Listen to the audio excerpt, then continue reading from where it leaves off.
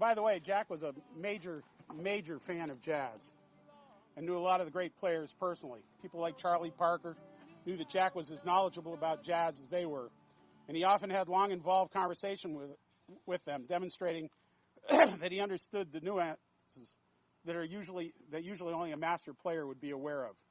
In my last verse of my song, I used the phrase, sing a song to show us all the way. Jack often referred to his poems as little songs. It's hard to read his prose or his poetry without understanding that he thought of the spoken or written word as music. The sound and timing were as important as content. He was a genius, as William F. Buckley found out when he interviewed him in 1968 on his TV show Firing Line, with the idea that he would show these beats for the unsophisticated and insignificant intellects that they were. I'm not a very good reader. Buckley started by using obscure and complex vocabulary, hoping to run rings around the obviously inferior writer. Buckley was shocked when Kerouac called his bluff and beat the great William F. Buckley at his own game. By the end of the interview, Kerouac had won Buckley's respect for life. So here we are today in the backyard of another great Zen lunatic, Dallas Borer, the man who envisioned this space we all know as the Blueberry Patch. I have sat countless times with Dallas and Duffy and others watching people enter the patch, giving Dallas a hug and throwing a couple of dollars into the kitty, or coming up with yet another creative story explaining why they can't contribute this week, even though they're carrying a 12-pack of Heineken with them. A lot of people didn't realize that as they were passing through that gauntlet trying to get up to the stage area, was that they were often missing the best part of the patch. I've sat on that entry couch, which is now a bench, and had conversations with people who knew Gregory Corso and had even been hit on by Allen Ginsberg. I remember one night talking with a friend, or with someone that was there, about mescaline, and he told me that he had done a lot of peyote when he was rooming with Allen. As the conversation went on, I realized he was talking about being Alan Watts' roommate. It's things like that that kept my wife Juju and I coming back again and again to the patch. Dallas created this magical space, and I hope even those of you who have never met Dallas understand that you're standing on sacred ground. Here is a place where if you pay attention, you can witness the great Mandela spinning in its glory. Thank God for all the Dallases of the world. There can never be enough of them. So now, without any further ado, some poetry. This is from Poems All Sizes. It's called Running Through, Chinese Poem Song. Oh, I today, sad as Chu Young, in broiling Florida October morning heat, cursing for my wine, sweating like rain, and came to my chair weak and trembling, wonder if I'm crazy at last. Oh, Chi Yan, no suicide, no. Wine, please, wine. What shall we do, all knowing that we're dying, without wine to guide us to winking at death and life too? My heart belongs to Chinese poets and their scrolls. We can't just die. Men need wine and poetry at least. Oh, poet Mao, not boss Mao. Here in America, wine is laughed at and poetry is a joke.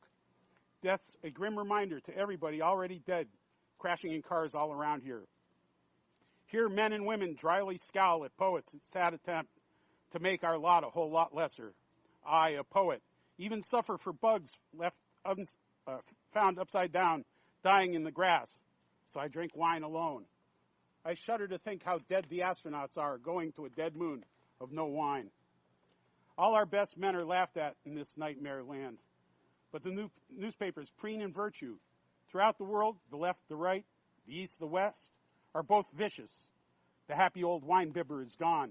I want him to reappear, for modern Chinese preens in virtue too. No better reason than America. Nobody has respect for the cat asleep. I am hopelessly inadequate in this poem. Nobody has respect for the self-centered, irresponsible wine invalid. Everybody wants to be strapped into a hopeless spacesuit where they can't move. I urge you, China, go back to Li Po and Tao Young-ming. What am I talking about? I don't know. I'm sick today. I didn't sleep last night. I walked stumbling in the field to get wine. Now I'm drinking it. I feel better and worse. I have something to say to Mao and the poets of China that won't come out. It's all about America, how America ignores poetry and wine. And so does China. And I'm a fool without a river and a boat and a flower suit, without a wine shop at dawn, without respect, without the truth. But I'm a better man than all of you. That's what I wanted to say. cognac blues. You get your dues in heaven. Heaven will be indifferent to this indifferent dog. Yet honest indifference, we're better than can't. Really, when I hear this pious bullshit about justice and democracy, I know the hypocrites are lying in their false teeth. And I'm not indifferent to God. I'm indifferent to me on earth. I can't think of anything more ridiculous than me on earth. Really. My views on religion. Heaven has everything to do with healing, and healing has nothing to do with heaven. If Jesus Christ is the Son of God, then so am I. If suffering has anything to do, if cake won't do, or cookies, heaven has everything to do with the way I feel. And say, heaven, what you doing down there making out like you's out to beat hell? Heaven, how come? How come you got 16-year-old beauties with parted lips open in the moonlight Italian balcony of my heart? Heaven, open up them crazy portal gates and let the people pass. People pass. Revoke the Harrison Act. It's a barbaric act.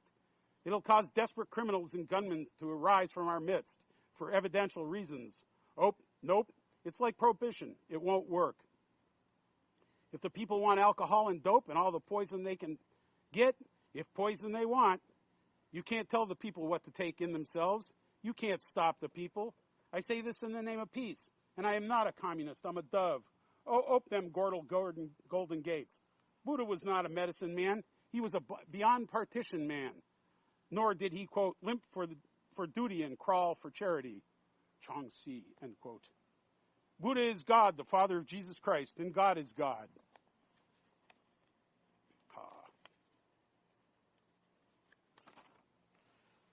Poem. O hornet bee, would thou thee, fair soft Sarah of the flowers? But bees not kind that cease to find, peers too deep, shares no sleep. And who woos bees anyway? Various little poems.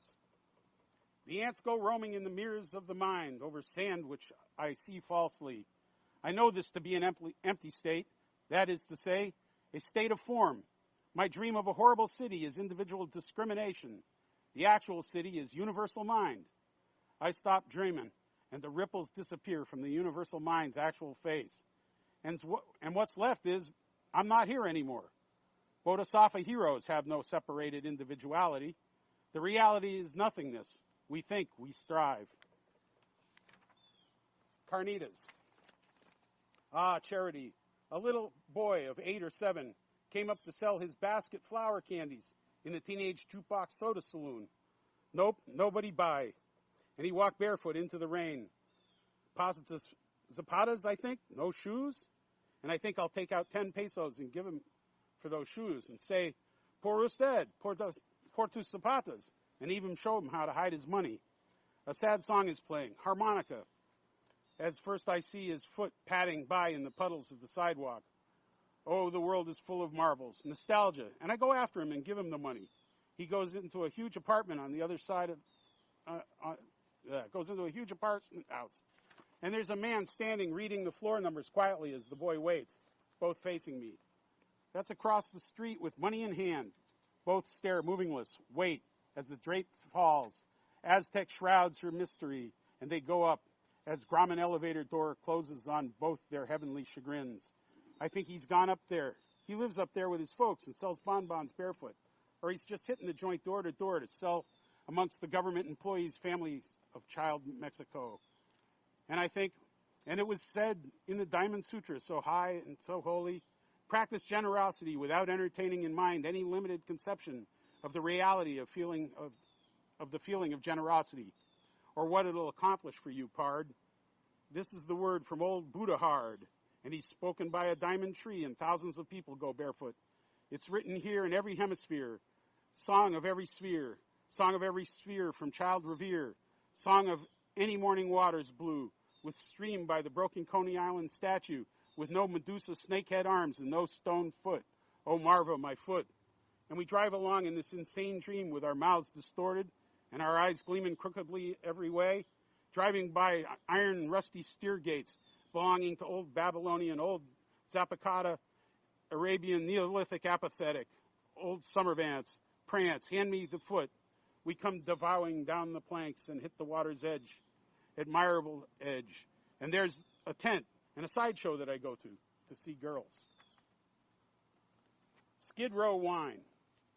I could have done worse than to sit in Skid Row drinking wine, to know that nothing matters after all, to know that there's no real difference between the rich and the poor, to know that eternity is neither drunk nor sober, to know it's young and be a poet. Could have gone into business and ranted and believed that God was concerned. Instead, I squatted in lonesome alleys, and nobody saw me, just my bottle, and what they saw of it was empty. And I did it in cornfields and graveyards, to know that the dead don't make no noise, to know that the cornstalks talk amongst one another with raspy old arms, sitting in alleys, digging the neons and watching the cathedral custodians wring out their rags neath the church steps, sitting and drinking wine in the rail yards, being divine, to be a millionaire and yet to prefer curling up with a poor boy of Tokay in a warehouse door, facing long sunsets on railroad fields of grass, to know that the sleepers in the river are dreaming vain dreams to squat in the night of all they know it well, to be dark, solitary eye nerve watcher of the world's whirling diamond. You have to understand that Kerouac was an outsider in many ways. Sure, he was known as being the king of beats, but for most of his life, he was a solemn figure who felt that he didn't really fit in. Arise, oh microphone.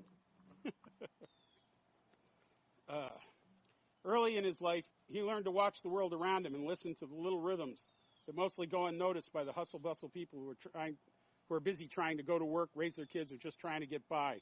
The thing that really set him apart from most other writers was that he not only listened, but he took detailed notes of the most minute details of the world he was seeing around him and incorporated these rhythms into his notes.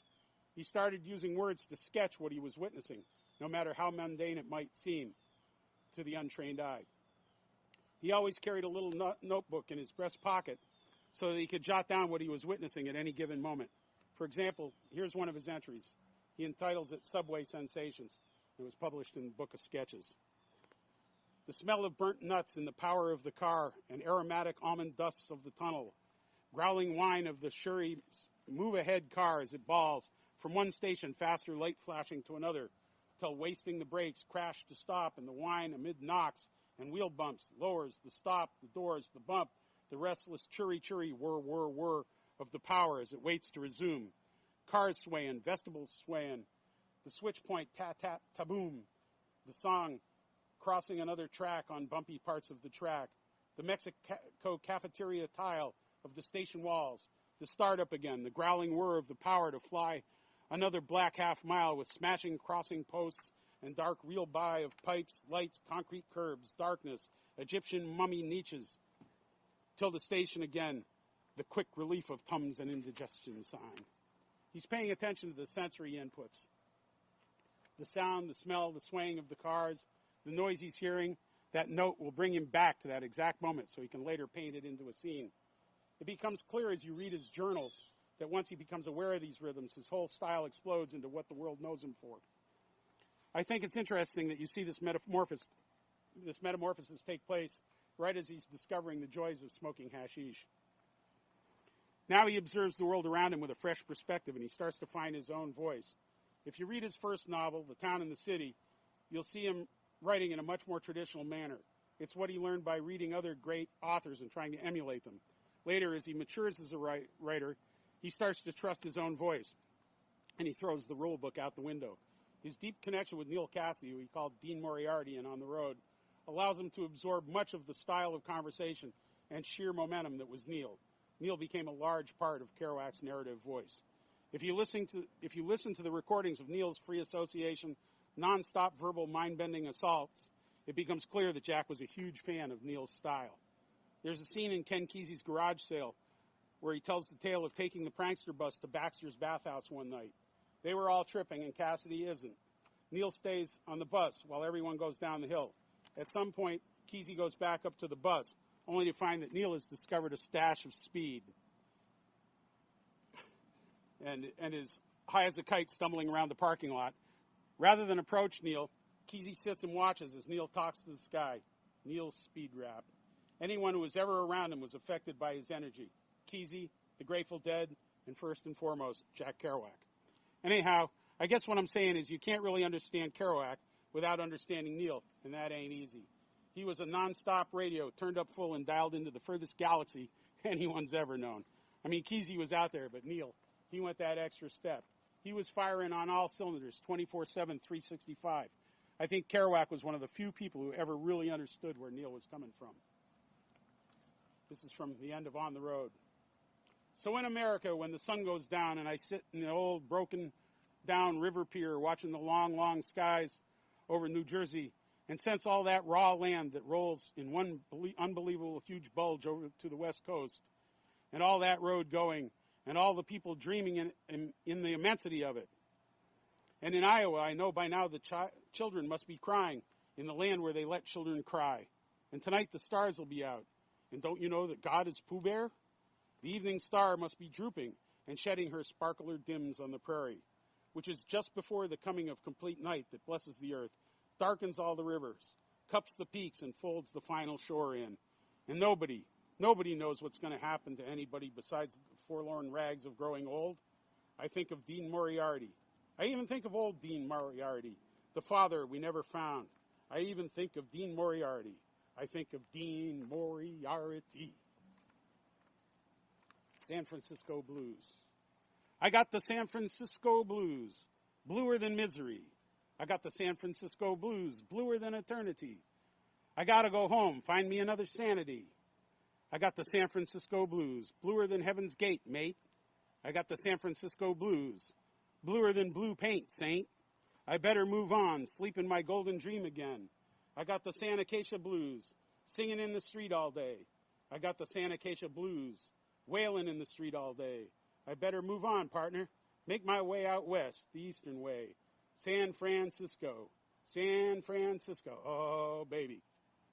Ever see a tired baby crying to sleep in its mother's arms, wailing all night while the locomotive wails on back? A cry for a cry? In the smoke, the lamp of the hard-ass night. That's how I feel. That's how I feel. That's how I feel.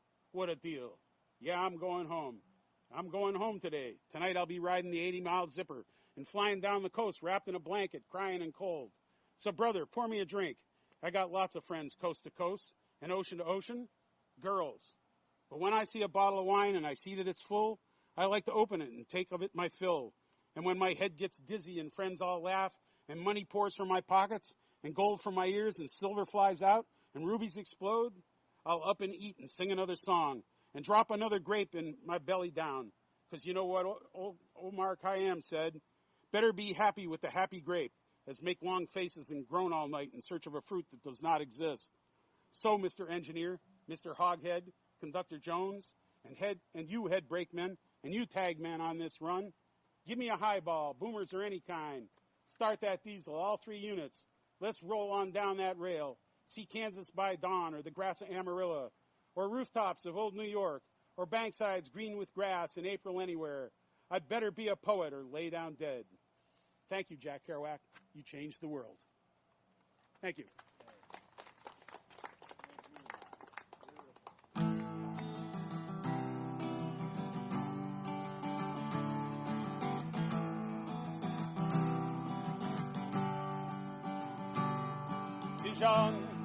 Tijan, this dream's where you belong. Your golden journey now is just begun. Your mother's arms to hold you, your brother's light to guide.